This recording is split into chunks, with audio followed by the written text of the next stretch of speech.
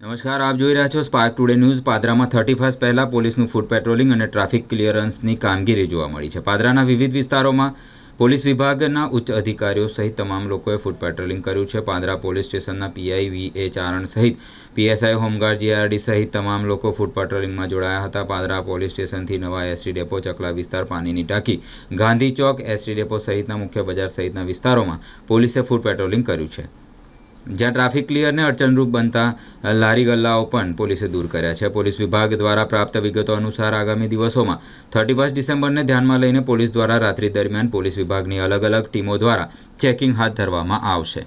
પાદરાના ગોવિંદપુરા જકાતનાકા, ફૂલબાગ જકાતનાકા તેમજ શહેરના અલગ અલગ પ્રવેશ દ્વારો પરના મુખ્ય વિસ્તારોમાં પોલીસ દ્વારા ચેકિંગ હાથ ધરવામાં આવશે। પોલીસ વિભાગ દ્વારા મળતી માહિતી અનુસાર 25/12ના રોજ પણ પાદરા તાલુકાના 50 ઉપરાંત પ્રોહિબિશનના કેસ પાદરા અને વડુ પોલીસ સ્ટેશનમાં નોંધાયા છે, ત્યારે આવનાર દિવસોમાં પણ પોલીસ વિભાગ દ્વારા આ કાર્યવાહી સતત હાથ ધરવામાં આવશે।